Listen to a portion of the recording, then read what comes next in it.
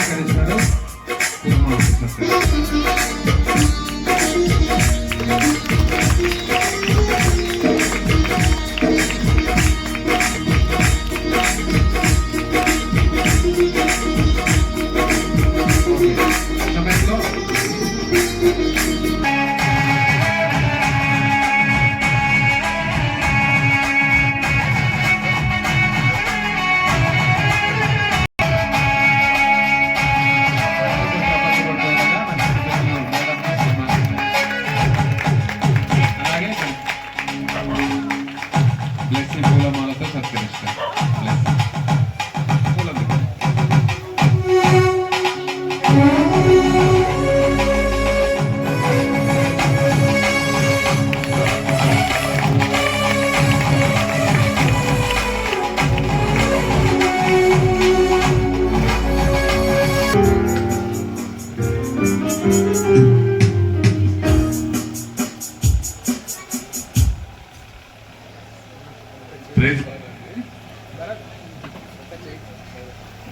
హల్లెలూయా హల్లెలూయా.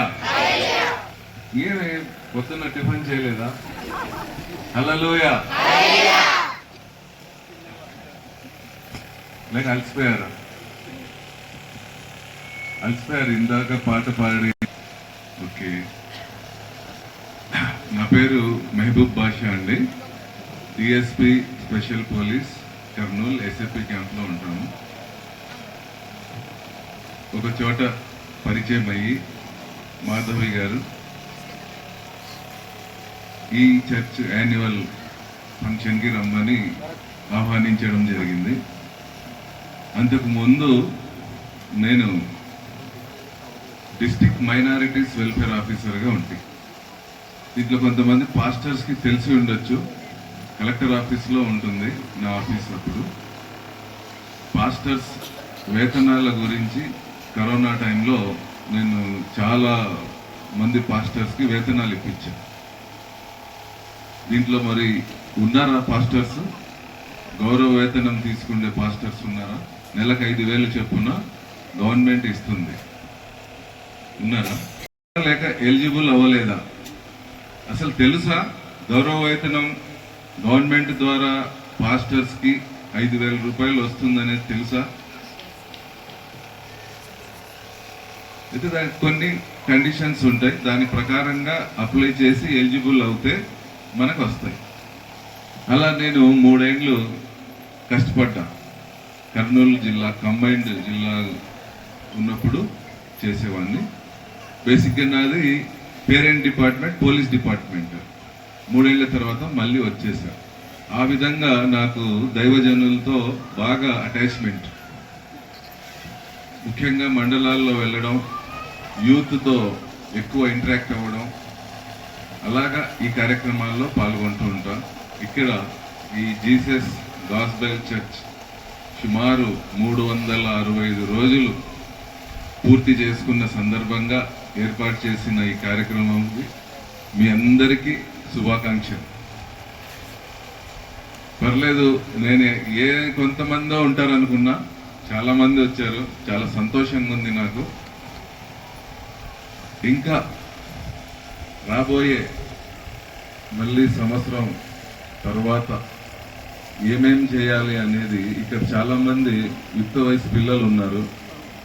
వీళ్ళ భవిష్యత్తు గురించి, చర్చిని డెవలప్మెంట్ చేసుకునే దాని గురించి మనం పుట్టే కార్యక్రమం ఉంది కాబట్టి తర్వాత నేను ఒకసారి వస్తాను, మనమంతా ఒకసారి మాట్లాడి. ఎందుకంటే నాకు పోయిన క్రిస్మస్ రోజున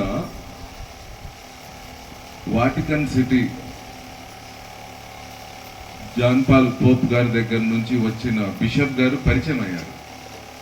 ఆయన కర్నూలు జిల్లాలో ఎక్కువ యూత్కి, యువకులకి ఏమేం కావాలి, ఆర్థికంగా ఏం చేస్తే నిలదొక్కుంటారు అనే విషయాలు జస్ట్ ఒక 1 వీక్ బ్యాక్ చర్చించడం జరిగింది. పరిచయం అయిన రోజు క్రిస్మస్ ఇండస్ స్కూల్లో బిజీగా ఉన్నందువల్ల ఓన్లీ నెంబర్ తీసుకున్నాను. ఒక 1 వీక్ బ్యాక్ అక్కడికి వెళ్ళి దామోదరం సంజీవయ్య జన్మదిన రోజు ఏర్పాటు చేసిన కార్యక్రమం ఆ రోజు కలిసాం. చాలా చక్కగా ఆయన చాలా విషయాలు వివరించారు.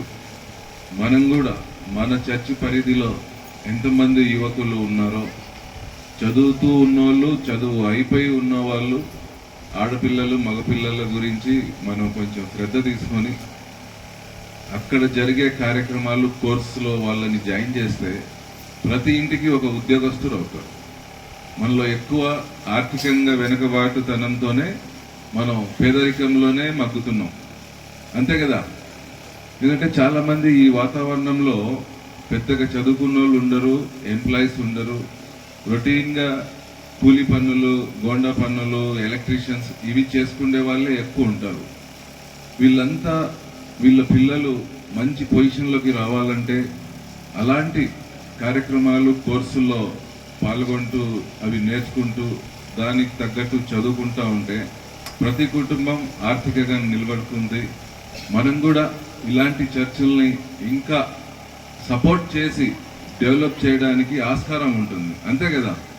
నా కడుపు నిండితేనే కదా ఇంకొకరికి నేను సహాయం చేయగలను. నా కడుపే కాలుతా ఉంటే నేను నా కుటుంబం చూసుకుంటానా, పక్కన వాళ్ళని చూస్తానా, చర్చి గురించి ఆలోచిస్తాను. ఎక్కువ శాతం ప్రతి మండలంలో ఇలాంటి పేదరికంలో ఉన్న వాళ్ళే అలా కొంత వేసుకొని చర్చిలకి సహాయపడుతున్నారు. అది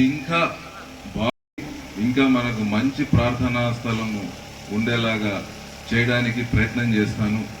అలాగే మీరు కూడా ఇప్పుడు ఏవే విషయాలైతే విన్నారో ఆ విషయాలు చర్చించడానికి నేను ఒకరోజు పాస్టర్ గారికి, చర్చ్ పాస్టర్ని చెప్తాను.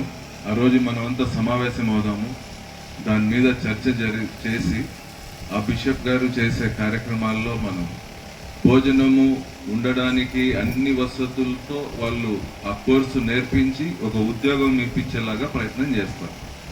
అది నేను మీకు ఇక్కడ తెలుసుకున్న తర్వాత తెలియజేస్తాను. దయచేసి ప్రతి తల్లిదండ్రులు వారి పిల్లల చదువుల విషయంలో ముఖ్యంగా ఆ రోజు ప్రిపేర్ అయి తెలుసుకొని రండి.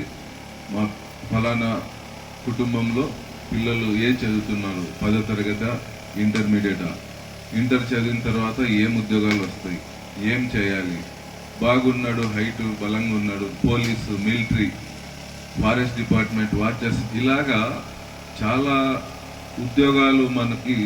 రిజర్వేషన్ కూడా ఒక ప్లస్ పాయింట్ కాబట్టి మంచి అవకాశాలు ఉంటాయి. దారి తెలిపే వాళ్ళు కావాలా మీ అందరికీ.